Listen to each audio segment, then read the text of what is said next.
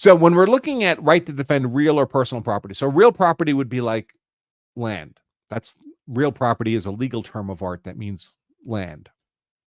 Personal property is just stuff, right? So the owner of real or personal property may use reasonable force to protect that property from imminent harm. So that would be taking or criminal mischief, damage, vandalism, destruction. A person may also use reasonable force to protect the property of, and this is really interesting. So this is one of the constraints, variables of defensive property law. Defensive persons law, defense of yourself, defense of others, is highly consistent across the 50 states. The biggest variable is the element of avoidance, whether you're in a duty to retreat state or a stand your ground state. It's about 80% similar across the 50 states. Now that 20% difference matters. That can be enough to put you in prison for the rest of your life. So you need to know the details of where you're defending yourself in that particular jurisdiction. But defense of persons law is very old law, and the fundamental underlying principle is very basic, right? You're maybe using force that threatens life in defense of life. But when we talk about defense of property, now you're using force that may threaten life in defense of stuff. That's a different balance, a different public policy question, and different states arrive at very different places. So every state has a provision for the use of non-deadly force to defend your property, your use of non-deadly force to defend your property.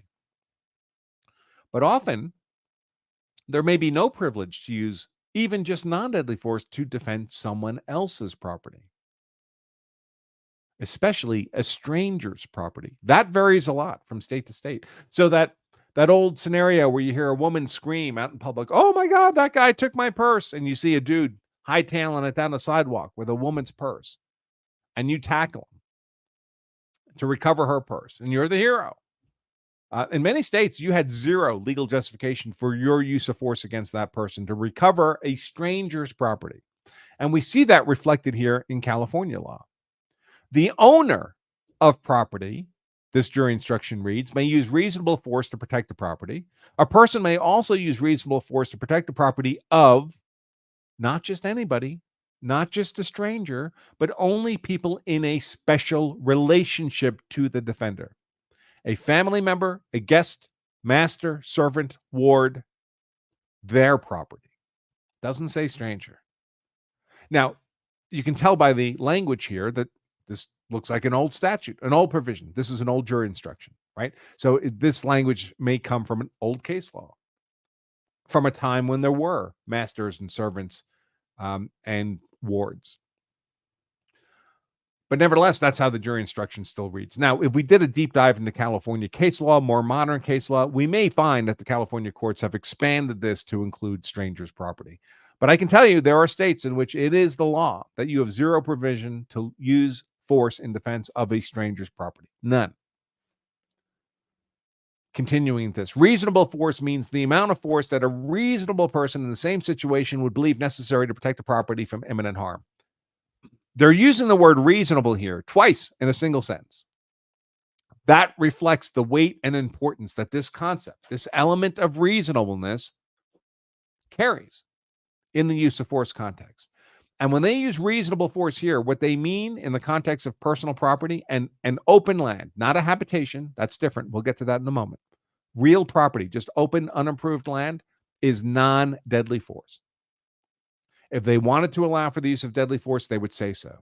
They would say deadly force or force likely to cause death or serious bodily injury. When deciding whether the defendant used reasonable force, consider all the circumstances as they were known to and appeared to the defendant, and consider what a reasonable person in a similar situation with similar knowledge would have believed. If the defendant's beliefs were reasonable, the danger does not need to have actually existed. This goes to the question of the replica gun here, right? And the state has to disprove this defense beyond a reasonable doubt to overcome it. Now, the basic public policy balance here in 49 states is that human life is always going to be worth more than a piece of property. That's it. Piece of personal property, or in this context, real property, open, undeveloped land. 49 states, that's their public policy. Life is worth more than stuff. Now, I know some of you disagree. Some of you are of the sentiment that if you try to steal my stuff, you, the thief, are valuing my stuff more than you value your own life. I get it. I'm not unsympathetic. But here at Law of Self-Defense, we do what the law actually is, not the law as we'd like it to be.